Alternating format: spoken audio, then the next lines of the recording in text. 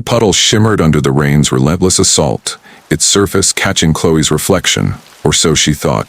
A girl's face stared back, her eyes wide with panic, her hands clawing as if drowning, her lips whispering, "Save me." Chloe stumbled back, her sneakers slipping on the wet pavement outside her Montana school, her heart slamming against her ribs.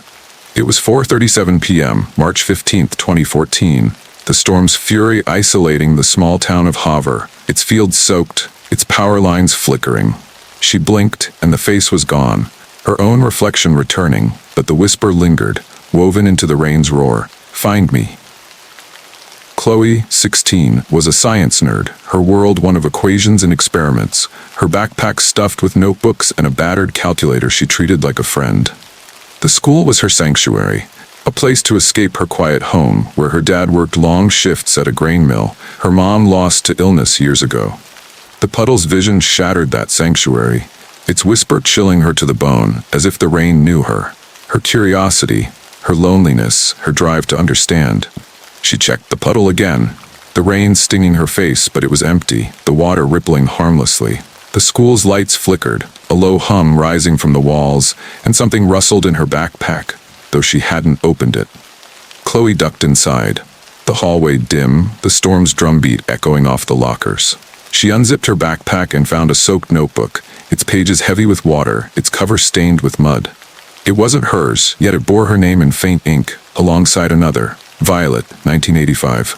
The pages were filled with equations, complex environmental, charting chemical levels in soil, and notes in a hurried script.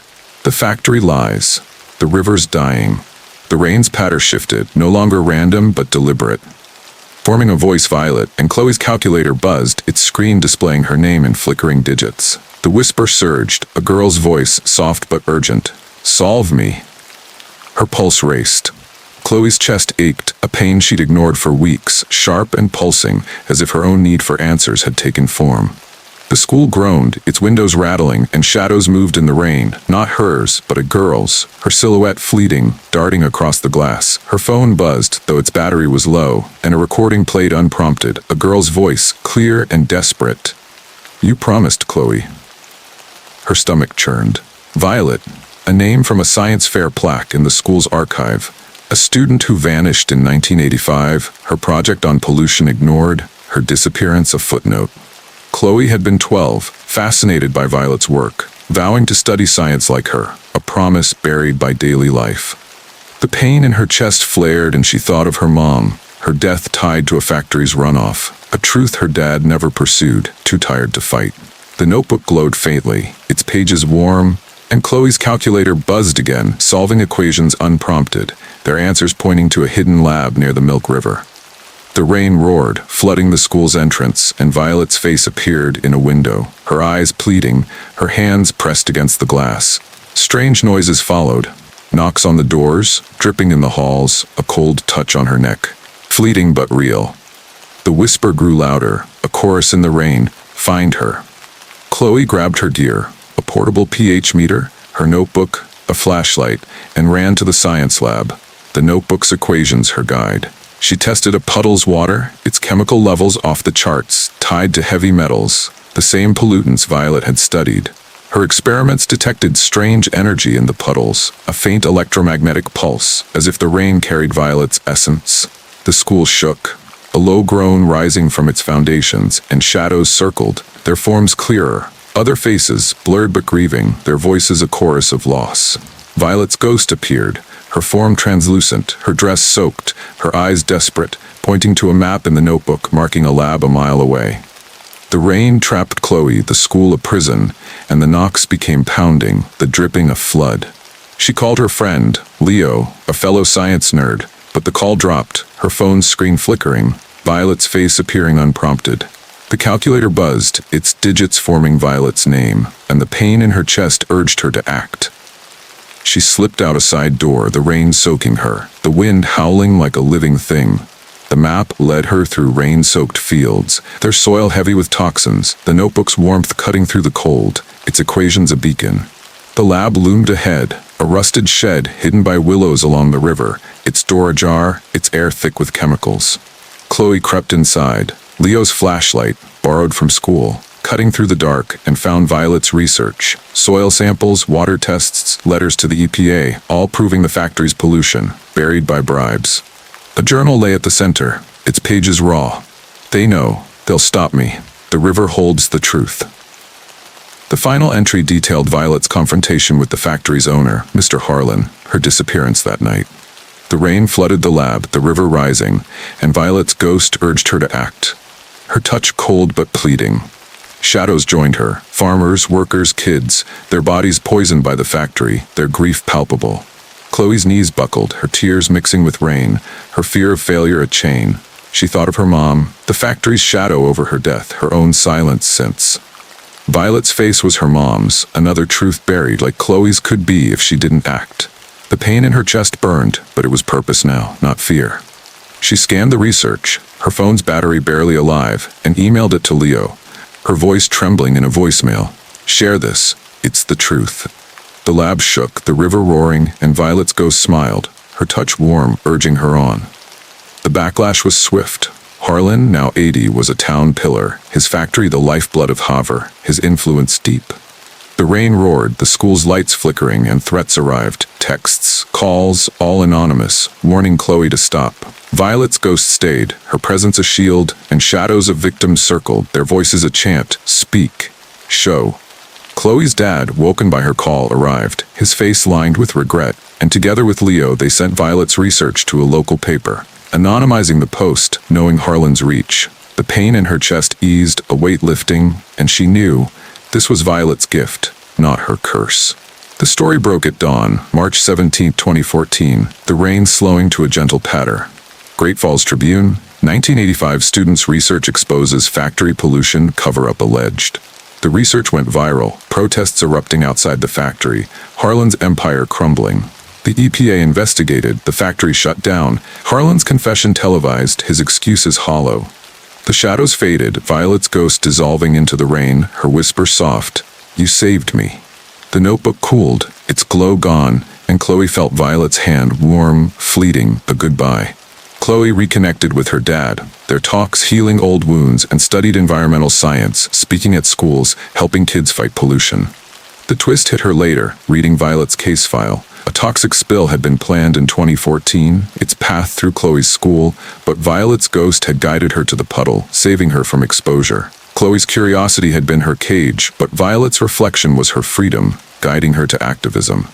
The river became a memorial, its banks cleaned, a stone etched with Violet's name, her research taught in schools. Chloe spoke at the dedication, her voice steady. She wanted the truth. We're here for her now. The crowd, many with ties to the poisoned, wept, their hands linked, the rain a soft caress.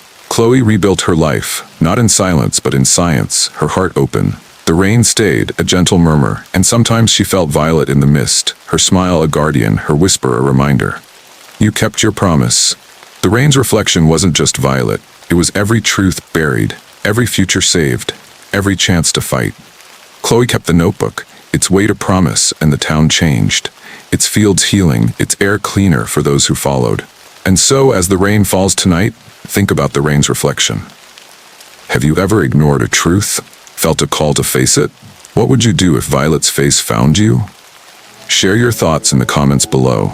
Tell us if you'd trust the puddle, what you think Chloe owed Violet, or how you'd protect the future. Sleep well, and may your dreams be filled with the gentle patter of rain and the light of a story made whole.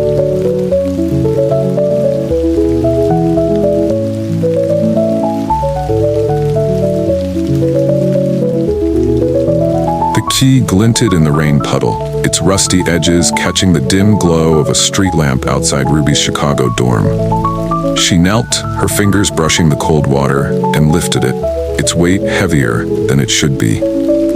She turned to her dorm's Gothic door, expecting nothing, but the key slid into a lock that wasn't there moments ago, clicking with a sound like a heartbeat. The door creaked open, revealing a hallway that shouldn't exist, and a whisper slithered through the rain, soft but chilling. Come back. It was 11:43 p.m., April 3rd, 2017, the storm's fury soaking the University of Chicago's campus, its stone arches looming in the fog. Ruby's breath fogged, her pulse racing as the whisper lingered, woven into the rain's roar. Find me. Ruby, 18, was a history major, her world one of dusty archives and forgotten stories, her dorm room a sanctuary of books and half-written essays. She'd come to Chicago to escape a controlling boyfriend, Ethan, whose jealousy had shadowed her senior year, leaving her wary of trust. The key's discovery shattered her routine, its whisper echoing in her skull as if it knew her. Her curiosity, her need for independence, her love of secrets. She stepped into the hidden hallway, the air thick with dust and damp, the walls lined with faded portraits, their eyes watching. The door slammed shut behind her, the key burning in her hand, and the rain's rhythm formed a voice, Amelia, a name that chilled her to the bone. The hallway led to a hidden room, its door unlocked by the key, its interior frozen in time. A desk, a typewriter, a diary labeled Amelia, 1968. The pages were filled with a student's words, her handwriting elegant but urgent. He loves me, but they'll never allow it. Professor Langston knows. The diary detailed Amelia's forbidden love with a poet, Daniel, and her fear of Langston, a jealous professor who'd threatened her. The final entry read, "He's coming, the courtyard tonight." The rain roared, flooding the dorm's lower floors, and Ruby saw a shadow in the hallway, not hers but a girl's, her silhouette fleeting, her touch icy on Ruby's wrist. The whisper surged, a girl's voice soft but desperate. "Tell my story." Ruby's chest ached, a pain she'd ignored for months, sharp and pulsing, as if her own buried fears had taken form. The dorm groaned, its lights flickering, and her phone buzzed, though its battery was low, a recording playing unprompted. "You promised, Ruby." Her stomach churned. Amelia, a name from a campus legend she'd read in the library, a student who vanished in 1968, her disappearance blamed on a runaway lover, her story erased. Ruby had been 16, captivated by Amelia's mystery, vowing to uncover lost histories, a promise dulled by college life. The pain in her chest flared and she thought of Ethan, his texts still haunting her phone, his control a shadow she'd barely escaped. The key glowed, its warmth unnatural, and Ruby's dreams that night showed Amelia's final moments. A rainy courtyard, Langston's rage, a struggle, her body hidden. The key burned, waking her, urging her to act. The dorm's hallways shifted, doors appearing where none had been, and shadows moved, not just Amelia's but her classmates, their faces pale, their grief a chorus. Find her. Ruby's laptop buzzed, its screen flickering, words typing unprompted. Amelia's story begins in the rain. Ruby grabbed the diary, her hands trembling, and searched the university archives, using her student ID to access restricted files. She found a 1968 article, Amelia Hart, 20, missing after storm. The case was dismissed as a runaway, but whispers pointed to Langston, whose family still held sway, his grandson a dean at the university. The diary's clues led to a locked basement in the dorm, the key opening it, revealing a shrine, Amelia's poems, her locket, a photo of her and Daniel, all marked with her name. The rain flooded the basement, the walls shaking, and Amelia's ghost appeared, her dress soaked, her eyes pleading, pointing to a hidden letter. Langston buried me. The courtyard holds the truth. The dorm shook, a low groan rising from its foundations, and strange noises followed. Knocks on the walls, footsteps in the halls, a low hum from the pipes. Ruby called her friend, Clara, a journalism major, but the call dropped, her phone screen flickering, Amelia's photo appearing unprompted.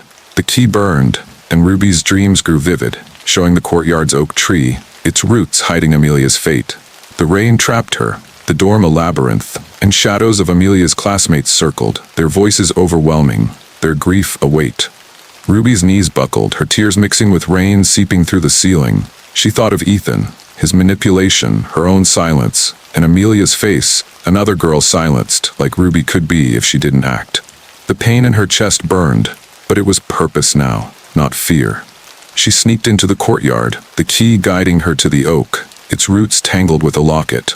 Amelia's, engraved with her initials. Ruby contacted Clara, her voice trembling. "I found proof. Help me." The rain roared, the dorm's lights flickering, and Amelia's ghost stayed, her presence a shield, urging her on. Clara arrived, her camera ready, and they dug beneath the oak, finding a box. Amelia's poems, her final letter, bones too small to ignore. The backlash was swift. Langston's grandson, Dean Harper, controlled the university, his family's name untouchable. Threats flooded Ruby's phone. Texts, calls, all anonymous, warning of expulsion. The rain trapped them, the dorm a prison, and shadows surged, their forms clearer, their voices softer. Speak, show. Ruby's mom, distant but worried, called, her voice a lifeline, and Clara rallied her journalism class, spreading Amelia's story to blogs, papers, anyone who'd listen. The pain in Ruby's chest eased, a weight lifting, and she knew. This was Amelia's gift, not her curse. The story broke at dawn, April 5, 2017, the rain slowing to a gentle patter. Chicago Tribune, 1968 student's disappearance tied to professor, evidence found. The bones were Amelia's, the letter damning, Harper's empire crumbling. He resigned, his family's legacy tainted, the truth televised, their excuses hollow. The shadows faded, Amelia's ghost smiling, her form dissolving into the rain, her whisper soft, "You told my story." The key cooled, its glow gone, and Ruby felt Amelia's hand warm, fleeting, a goodbye. Ruby reconnected with her mom, their talks healing old wounds, and restored Amelia's legacy, publishing her poems, speaking at campus memorials. The twist hit her later, reading Amelia's diary. Ethan had been escalating, his threats mirroring Langston's jealousy, but Amelia's ghost had guided Ruby to the key, saving her from a toxic spiral. Ruby's dependence had been her cage, but Amelia's story was her freedom, guiding her to independence. The courtyard became a memorial. The store, its oak adorned with Amelia's name, her poems carved into stone. Ruby spoke at the dedication, her voice steady. She wanted to be remembered. We're here for her now. The crowd, many with ties to 1968, wept, their hands linked, the rain a soft caress. Ruby rebuilt her life, not in fear but in truth, studying history, her heart open. The rain stayed, a gentle murmur, and sometimes she felt Amelia in the mist, her smile a guardian, her whisper a reminder. You kept your promise. The key in the rain wasn't just Amelia, it was every story buried, every heart freed, every chance to uncover. Ruby kept the key, its weight a promise, and the dorm stood, its halls warmed by her courage, its silence filled with hope. And so, as the rain falls tonight, think about the key in the rain. Have you ever hidden from a truth, felt a call to face it? What would you do if Amelia's whisper found you? Share your thoughts in the comments below. Tell us if you'd use the key, what you think Ruby owed Amelia, or how you'd free the past. Sleep well, and may your dreams be filled with the gentle patter of rain and the light of a story made whole.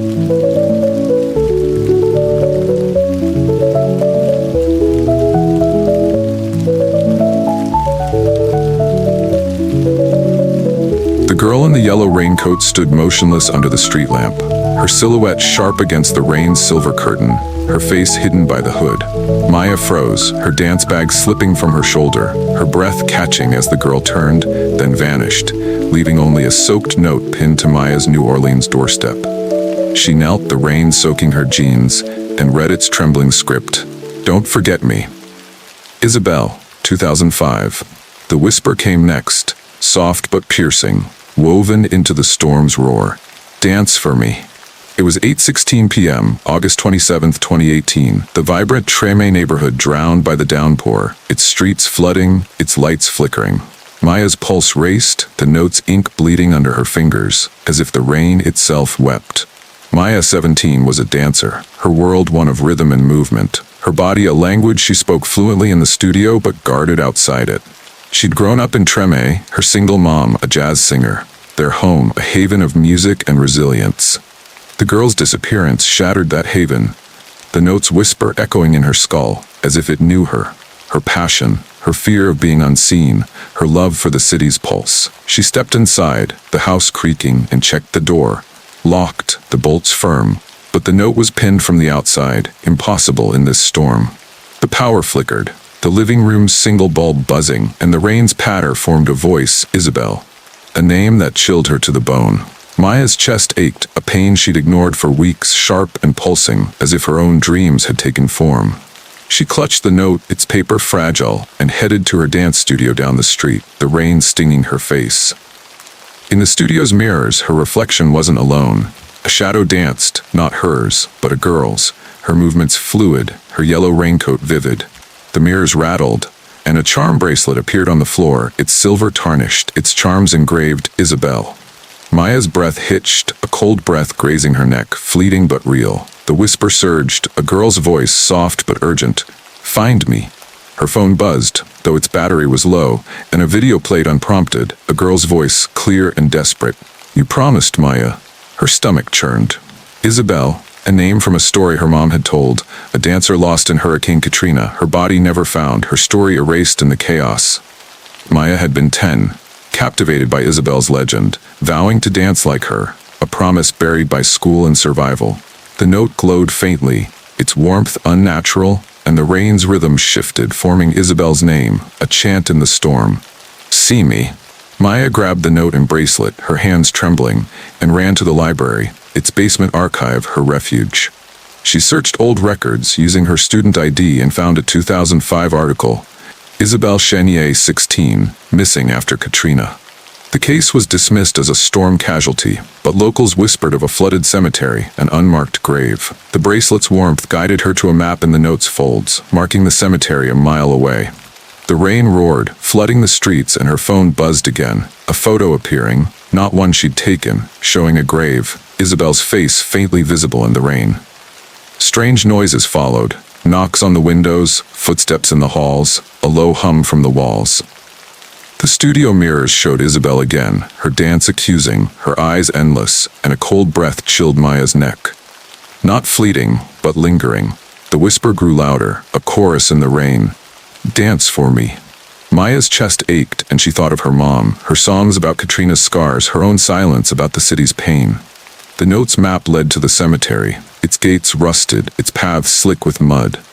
Maya slipped inside, the rain soaking her, the bracelet's glow cutting through the dark. She found an unmarked grave, its stone blank, but the bracelet burned, revealing a hidden archive beneath, a box of Isabel's choreography, her notes raw.